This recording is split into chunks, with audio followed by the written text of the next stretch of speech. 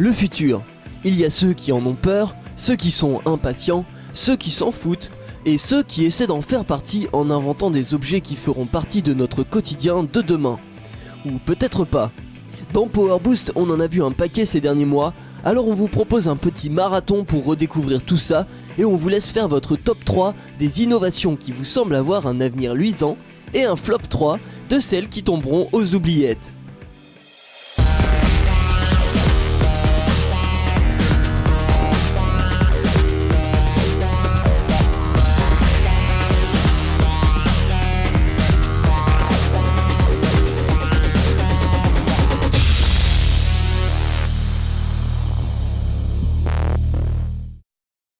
Numéro 1, les cimeuses montées sur un tracteur à rizière.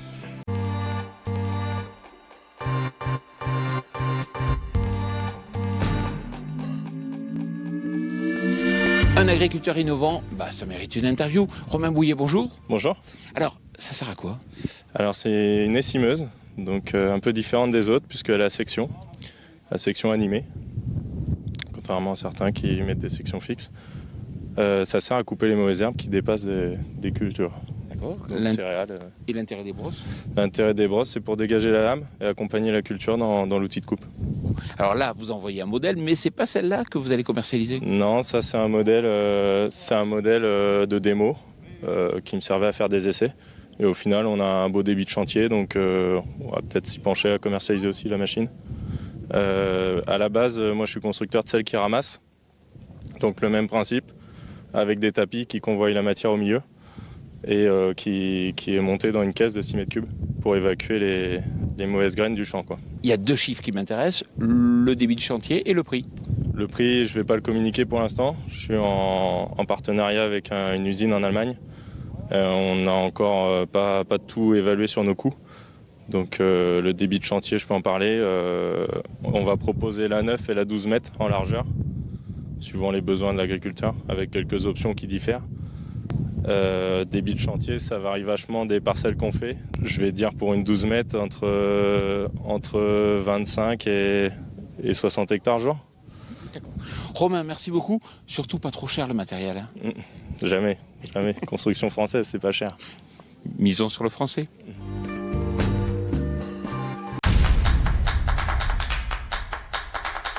Numéro 2, le destructeur de menu paille.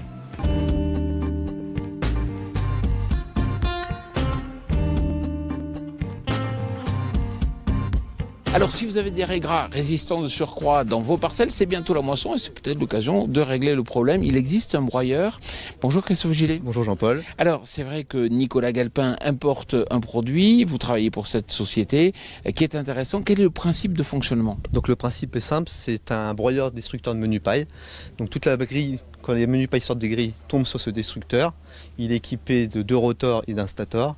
Ça tourne à une vitesse de 3000 tours. C'est le système d'un broyeur à cage. Et toute la menu paille est brisée et en fait ça réduit essentiellement la faculté germinative des raies gras à 96%. Bon. Donc c'est vraiment intéressant le prix? 90 000 €. Ah mais ça calme.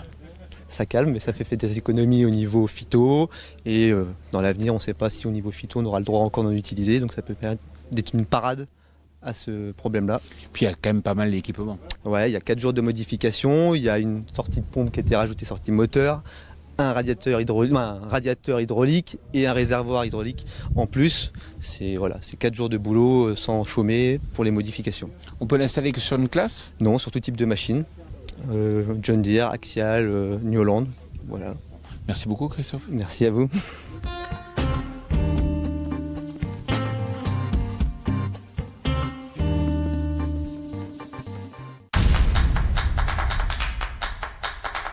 Numéro 3, le semoir qui pousse.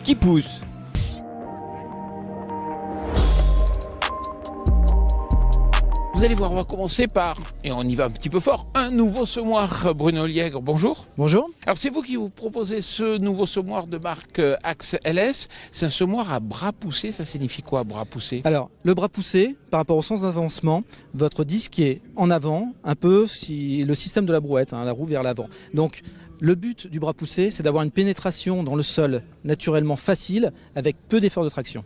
Je vois qu'il y a 2 disques à des inclinaisons différentes. Oui, alors on a besoin de régler, suivant les conditions climatiques et surtout les conditions de terrain, on a besoin d'ouvrir plus ou moins le sillon, aussi bien en profondeur, en largeur, éventuellement chasser aussi la paille. Donc il y a 3 réglages principaux. Alors, vous dites effectivement, ça demande moins de poids. Celui-là, il est quand même assez costaud.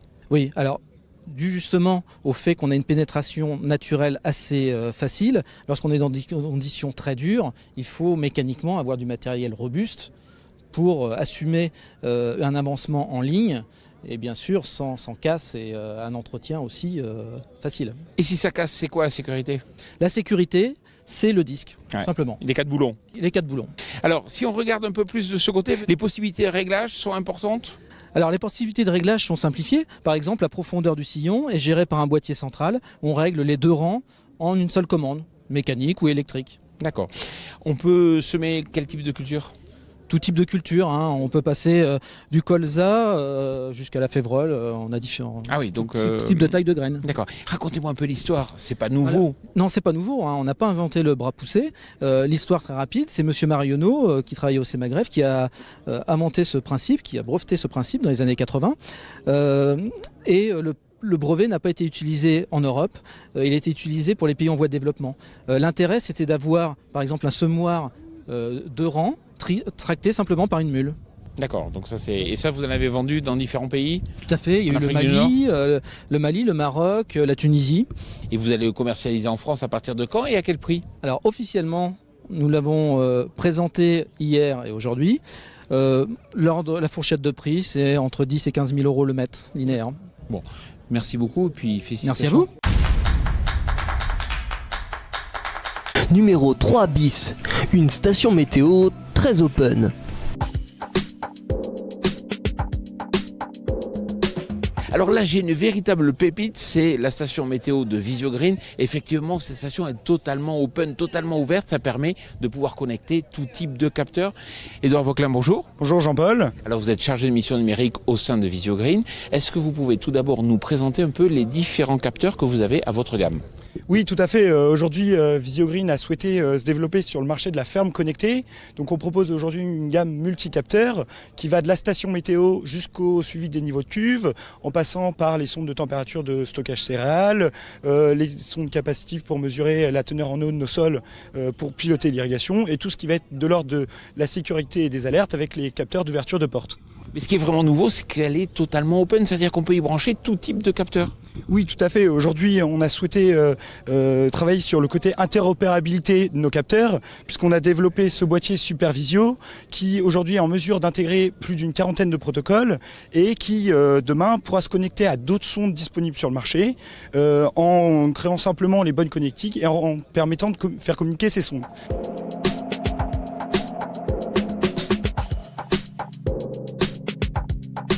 Aujourd'hui, on n'est pas sur une gamme de gadgets, mais bien de solutions à valeur ajoutée et on souhaite pouvoir assister les agriculteurs dans la connectivité de leur exploitation et dans la recherche de gains sur leur exploitation. Et puis je crois savoir que vous ouvrez une levée de fonds. Oui, tout à fait. On a amorcé aujourd'hui notre activité à l'international, notamment au Maroc, où on dispose d'une filiale qui est aujourd'hui bien présente. On a été approché par un certain nombre d'acteurs internationaux qui sont intéressés par nos solutions et souhaiteraient pouvoir les développer chez eux. Donc aujourd'hui, on commence seulement les négociations avec ces acteurs proches du milieu agricole et on s'attend à ce que demain on puisse en rencontrer de nouveau pour effectuer cette levée de fonds. Bon, Édouard Vauquelin, félicitations. Merci beaucoup.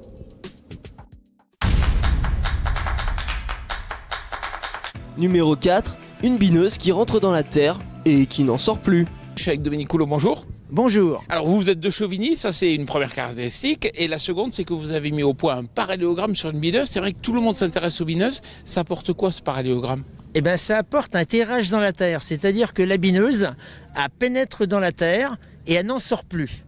D'où mon parallélogramme avec mes bielles inversées. Bon, on peut l'acheter cette bineuse? Bien sûr qu'on peut l'acheter. Et elle coûte combien?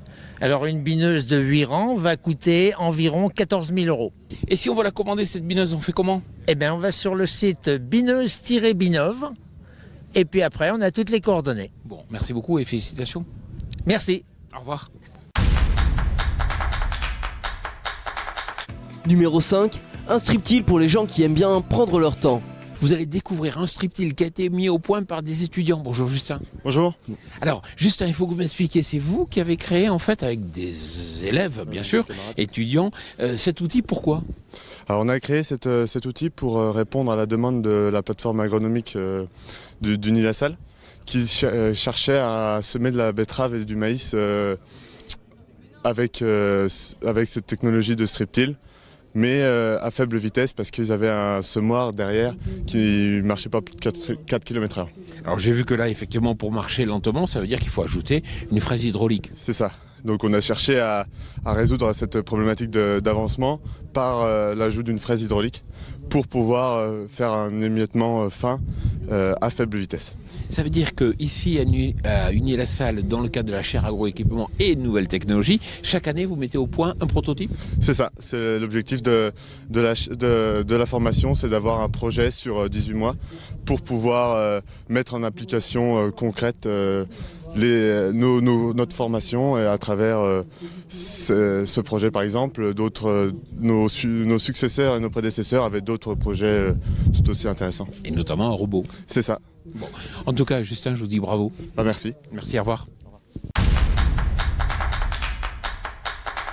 Et enfin ma chère Julienne, le numéro 6, un striptease spécial légumes. Damien Brunel est utilisateur de strip-till. Insatisfait de la qualité du travail sur les légumes et betteraves, il se tourne avec ses plans vers un constructeur voisin, Religieux Frères, afin de développer le strip-till idéal. Damien Brunel, bonjour. Bonjour. Vincent Malcoron, bonjour. Bonjour. Alors, vous avez vu un agriculteur arriver, ça vous semblait un peu bizarre quand même. Sur le coup, oui. Après réflexion, on s'est dit que c'était plutôt positif parce qu'on avait vraiment un besoin qui était précis, au moins sur le cahier des charges qui était établi, quoi. Concrètement, comment vous arrivez à travailler ensemble? Il est présent chaque semaine, tous les mois? Non, c'est un peu aléatoire en fonction de ses besoins, de la saison aussi, parce que c'est très saisonnier, et en fonction de nous, de l'évolution qu'on va apporter sur la machine et qu'on pourra essayer chez lui. Que vous apporte le fait de travailler en direct comme ça avec un agriculteur?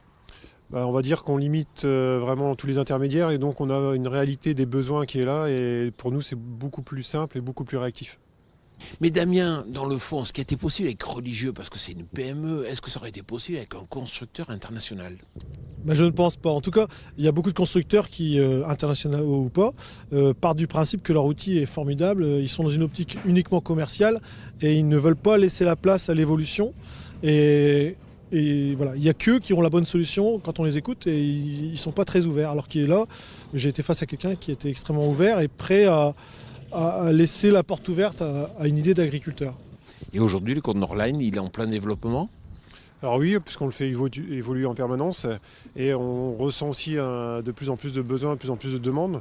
Donc c'est vraiment intéressant, et on l'a développé aussi pour d'autres cultures. Merci beaucoup à vous deux. Merci. Merci. Et voilà, c'est fini pour ce tour des innovations. Alors, on ne peut pas encore vous dire si tout ça va révolutionner l'agriculture, mais qui ne tente rien n'a rien. A bientôt pour de nouvelles émissions.